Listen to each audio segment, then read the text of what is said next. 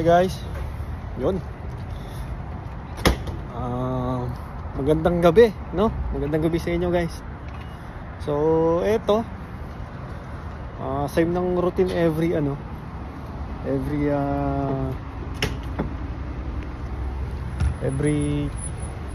Wednesday. So, ano tayo guys? Break, no? Break tayo ngayon.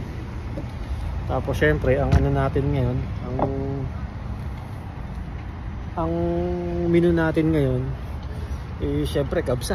Hindi, joke lang. Hindi, ano to guys, kumbaga inimbento ko lang. Na-miss ko kasi ang kabsa sa atin, no? Ito guys, papakita ko sa inyo. Oh guys, yan, no? So chicken wings, tapos meron tayong arugula, yung jirjir kung tawagin sa atin, no? Yan, tapos meron tayong sibuyas, tapos yan, hot sauce, tapos farm dip, no? Syempre kanin. Grabe, lamig nga rito, no? Ilang minuto lang malamig na tong kakainin natin. So guys, yun, tayo dahil break natin, actually 30 minutes lang to so kailangan nating magmadali rin.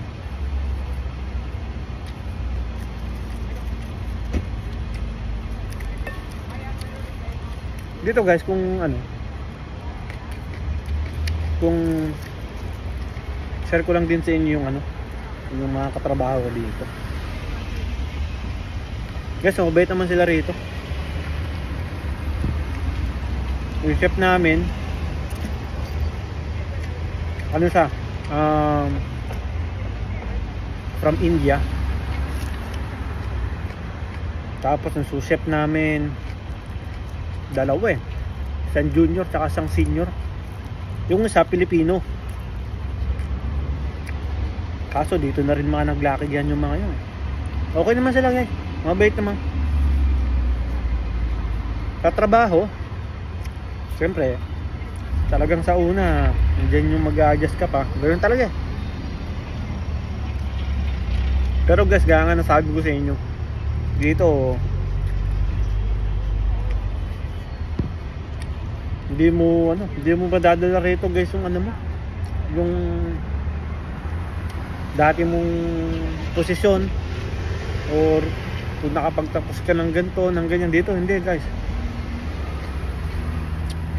Kaya isa rin yun sa dapat na malaman ng mga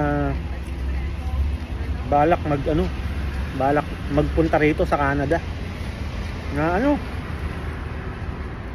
talagang dito guys, back to zero ka talaga.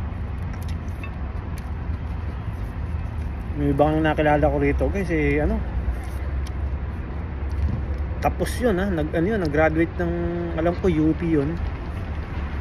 Tapos siya, valedictorian. Trabaho dito guys, yun, nasa McDo. Tapos may nakita ako sa mga pinost niya, yun, nagba-map siya, ganun, tatapon siya ng basura, ganun talaga rito guys. Kaya dapat handa ka rito,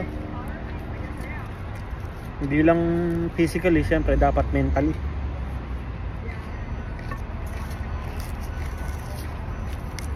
Pero guys, lahat namang yung paghihirap na yan, lahat ng sakripisyo,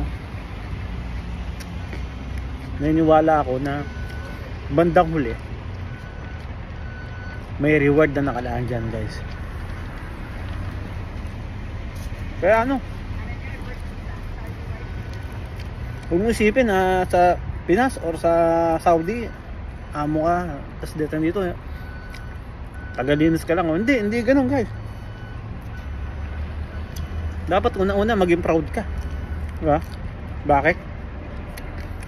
Kasi para sa akin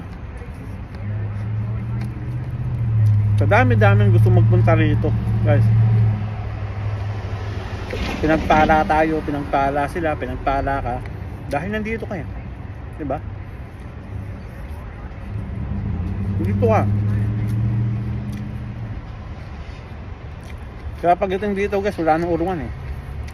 Doon minsan talagang kakaramdam ka ng gusto mo nang bumalik sa dati mo, pero hindi guys.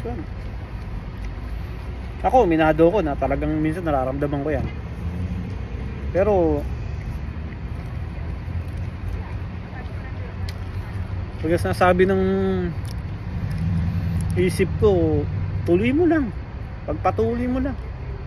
Kasi minsan nagiging ano ko minsan guys, nagiging emo ba. Well, normal lang naman. Pero lagi yung ginagawa guys, ano yung ano, balik lang ako sa dating mo rason kung bakit ako nagprosiga rito, kung bakit ako nagpunta rito, yun lang.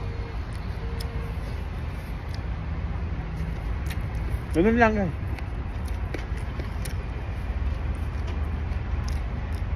Kahit na mahirap, sa pamilya mo, sa future mo, magiging anak namin, gagawin lahat guys, gagawin lahat talaga.